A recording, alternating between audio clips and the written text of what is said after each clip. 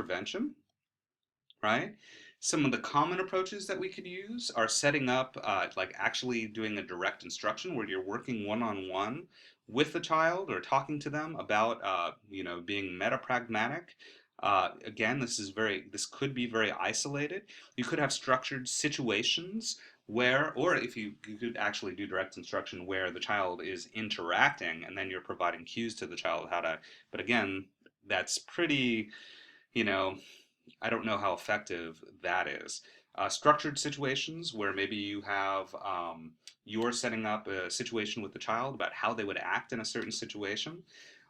Group training where you can maybe have the individuals work together in a group to work on some of these skills. These are all ways, common approaches that we would use to work on pragmatic skills. Again, unsurprisingly, there's not a lot of research that's been done on pragmatic language training. So sort of like assessment, the reason why is because it's really difficult to define and then it's really super difficult to measure that. So some just general tips about pragmatic language intervention. You, just like anything, if we talk about RISE Plus, which is something that we've talked about all semester, you'd want to identify the targets. You'd want to make sure that there's cognitive clarity. If you're setting up an activity, you could look at the intentions of the characters and try to identify those. You can make sure that you can have a problem that has to be solved, right? And how you act in a certain situation. Role playing. What I want you to think about is with even each of these, you have to think about using the curriculum. You have to think about how you can tie it to the Common Core standards, okay? So you know the pragmatic language skills that you can look for, and these are just different ways to be able to target that. As far as interventions are concerned, this is a list that comes from the Rio Paul textbook. What I want you to realize about each and every one of these is that there's no research that's been done on any of these programs, right? And so, there are these, I remember using this right here. So these ask and answer social skills games, and what it was about was setting up a certain scenario and then how you would act in that scenario.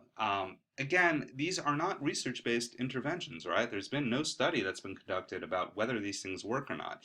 But what we do know is that individuals with LLD will have deficits in certain areas, right? The research tells us that. We know those areas that we're going to target. We know core things about intervention. So, for example, RISE Plus, how we want to set up an intervention activity, things that we must consider.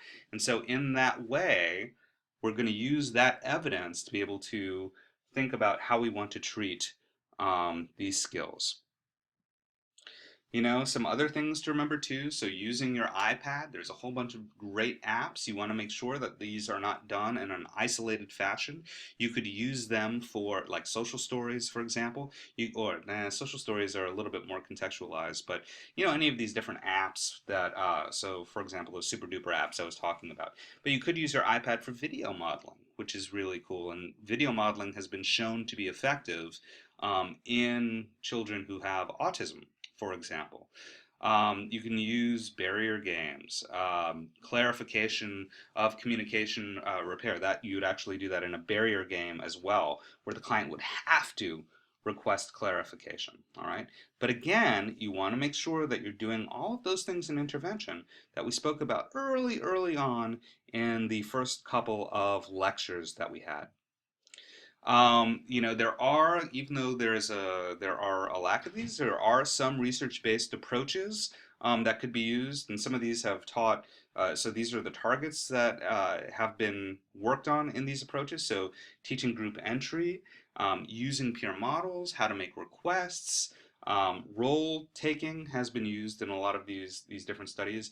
Your Ria Paul text, so the pages that I scanned for you, have references to those texts, and in fact, there's a chart in there about that Brinton and Fujiki. Those are the two of the major. They're at Brigham Young University. Two of the major researchers in pragmatic language from the 90s on. Going to some of their studies to look at what they have to say about pragmatic language is really important. Is a good thing to do, but also know that there are a variety of different experimental studies that they've done, and I'm going to talk about one here in a moment. This is highlighted actually in the last Ukrainians edition and also the Paul text. And so this is a protocol to work on teaching social entry. And what they did was study this protocol, right? And so this protocol used a lot of visuals, in order to help children know each of these different steps. Okay, so first, and it's almost like this in writing, we're going to talk about what's called self-regulated strategy development, so about how to teach children to learn to use different strategies. um, so the first thing that you would do is introduce the social objective, right? So what it is that you want to do. So the child would become aware of what they want to do. In this case, it would be social entry. They would walk closer to others. They would watch, right? And so what they did here was they broke down what it takes to enter into a situation socially. I mean, trust me, I could use this as well, right? So walk close to others, watch what they're doing, talk. If you don't gain entry, try again, look for another opportunity to enter the conversation, and then reflect. So facilitating discussion of the scenario would be important. So after a child has an opportunity to practice this, goes through all of these steps, then getting more meta about it, what worked, what didn't, those kinds of things. There's also Drew, and I believe this is talked about in your Paul text, but I'm not certain. Had a whole protocol for teaching win-win guidelines. Again, these are things that not only for children who have pragmatic language difficulties, but these are things that I think all of us could use. Figuring out a way to for kids to express anger, right? So teaching them strategies like using I messages to state feelings. So talking about them as opposed to blaming others, right? So teaching individuals to take the other's perspective, learning to tell others about how they're responsible, brainstorming possible solutions. These are all different things that were talked about in this intervention. All right, so back to the learning objectives.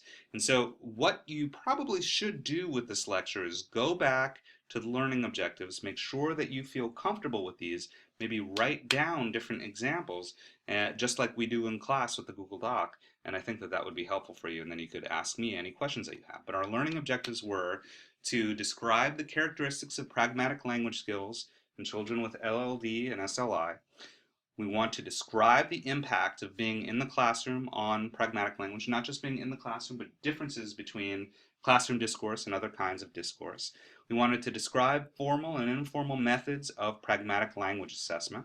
And then what we wanted to do was to describe ways to address the pragmatic language of individuals with language impairment. So hopefully, um, if you take a little time and look at those, you feel more confident in being able to do that. Let me know if you have any questions.